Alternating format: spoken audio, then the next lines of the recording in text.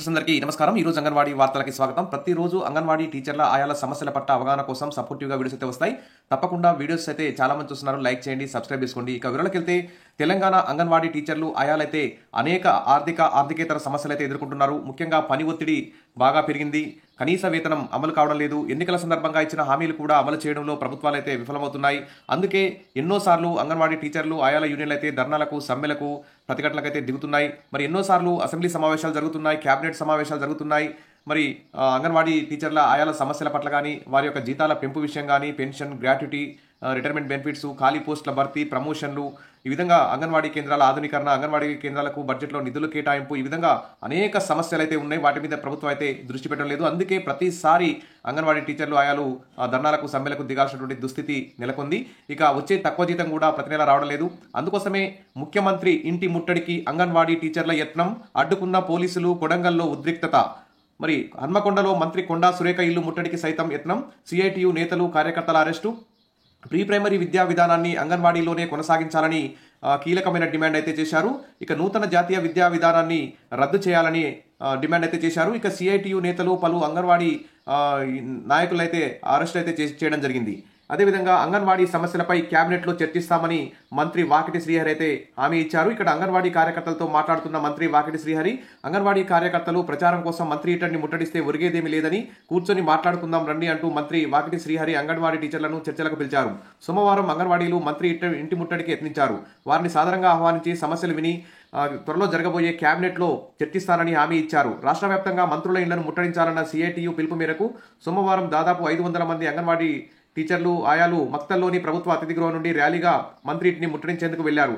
మంత్రి శ్రీహరి వారిని ఆహ్వానించి అంగన్వాడీ సమస్యలను త్వరలో జరగబోయే కేబినెట్ సమావేశంలో చర్చించి పరిష్కరించే దిశగా ప్రయత్నిస్తానని హామీ ఇవ్వడం జరిగింది.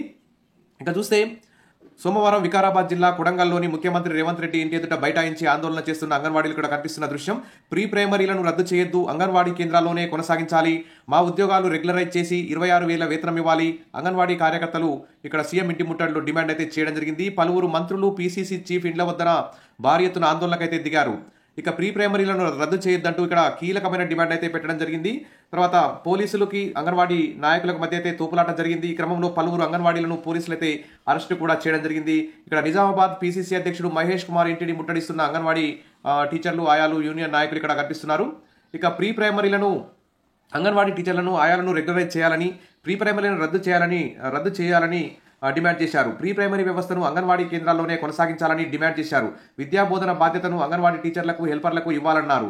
విద్యా వాలంటీర్లను నియమించి గవర్నమెంట్ ప్రైమరీ స్కూళ్లలో నర్సరీ, ఎల్కేజీ, యూకేజీ తరగతులు ప్రవేశపెట్టే బదులు ఆ విద్యా వాలంటీర్లకు ఇచ్చే జీతాన్నే అంగన్వాడీ టీచర్లకు, ఆయాలకు ఇస్తే టీచర్కి 8,000 అదనంగా, ఆయాకు 6,000 అదనంగా ఇచ్చి ప్రీ ప్రైమరీని అంగన్వాడీ కేంద్రాలనే కొనసాగించాలని డిమాండ్ అయితే చేశారు. ఇక 6 సంవత్సరాల లోపు పిల్లలతో పాటు ప్రైవేట్ స్కూల్స్ నడపడానికి అనుమతి ఇవ్వొద్దని కోరారు. అంగన్వాడీ ఖాళీ పోస్టుల భర్తీకి నోటిఫికేషన్ వెంటనే విడుదల చేయాలి. దాదాపు 14,000 పైగా పోస్టులు అయితే ఖాళీగా ఉన్నాయి. మరి అంగన్వాడీ టీచర్ల సమస్యల పరిష్కారానికి ప్రభుత్వం దిగిరాకుంటే అసెంబ్లీని ముట్టడిస్తామని హెచ్చరించారు. తమ ఉద్యోగులను రెగ్యులరైజ్ చేయాలని, 26,000 వేతనం ఇవ్వాలని డిమాండ్ చేశారు.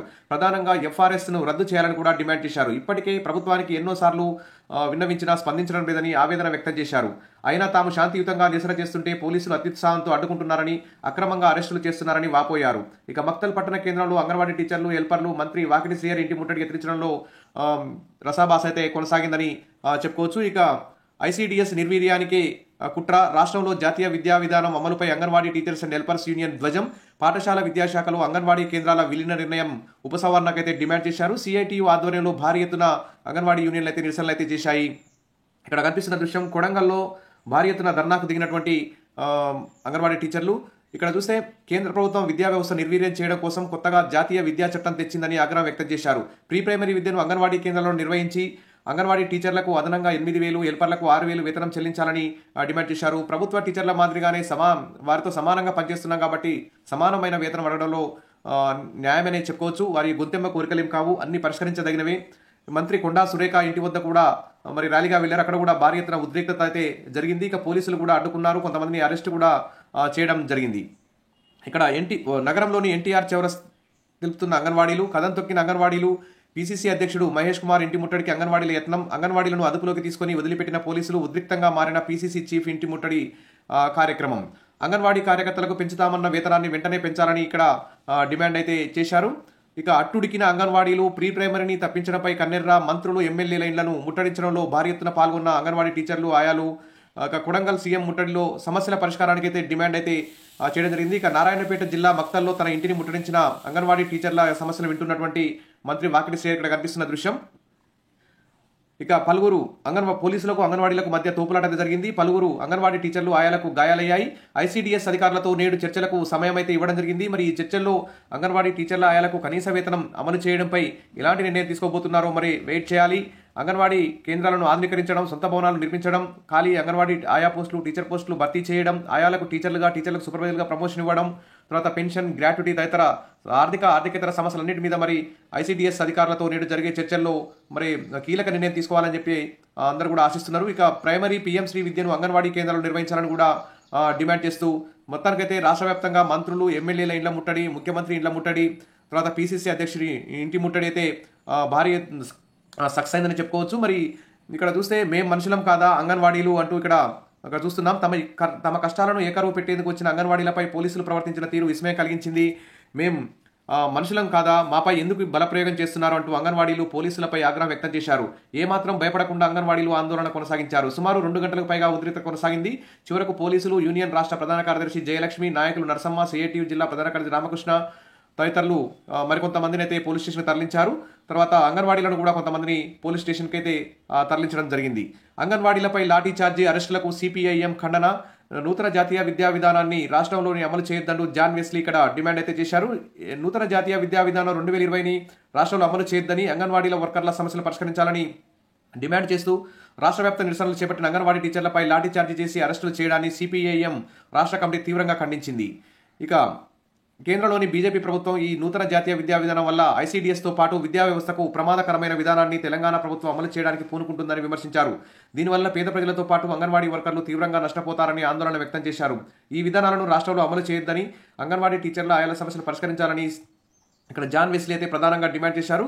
మరి జాతీయ విద్యా విధానాన్ని రాష్ట్రంలో అమలు చేయొద్దని కోరారు. అంగన్వాడీల న్యాయమైన సమస్యలు పరిష్కరించాలని రాష్ట్ర ప్రభుత్వాన్ని డిమాండ్ చేశారు. అంగన్వాడీలకు పోరాటం చేస్తున్నప్పటికీ ప్రభుత్వం నుంచి ఎలాంటి స్పందన రావడం లేదన్నారు. మహిళా ఉద్యోగులు తమ గోడు వెళ్లబోసుకున్న రాష్ట్ర ప్రభుత్వం పెడచెవిన పెడుతుందని విమర్శించారు. ఈ విధంగా ముఖ్యమంత్రి ఇంటి ముట్టడికి అంగన్వాడీ టీచర్లు యత్నం.